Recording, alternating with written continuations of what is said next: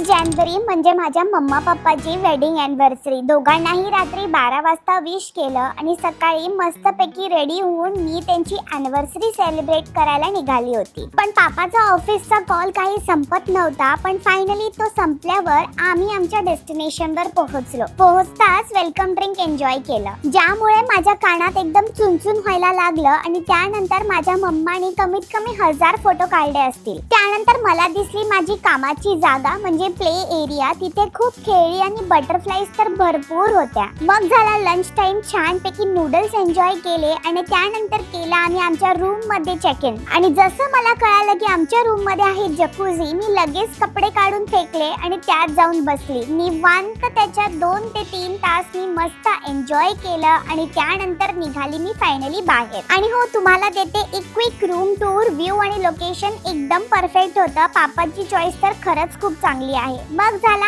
हाय टीची वेळ आणि त्यात मी एन्जॉय केला एक छानसा वॉटरमेलन ज्यूस. मग इव्हनिंगला आम्ही सगळेजण रेडी होऊन छान बाहेर निघालो, कारण की आम्हाला करायची होती बोटिंग. शाळेमुळे आणि अभ्यासामुळे मी इतकी स्ट्रेस्ड आउट होती की हा ब्रेक माझ्यासाठी मच नीडेड होता. इतकं छान वेदर आणि वातावरण बघून मी एकदम स्ट्रेस फ्री झाली. त्यानंतर पाण्यातले थोडेफार फिशेस बघून जबरदस्तीचा फोटोशूट करून आम्ही पोहोचलो थोड्या गाई म्हशी बघायला. And after that I was so tired. मी लगेच रूमवर आली, टॉम अँड जेरी लावलं, मस्त खिचडी एन्जॉय केली, छानपैकी स्ट्रॉबेरीचं दूध पिलं आणि फायनली अशा प्रकारे माझा दिवस संपला.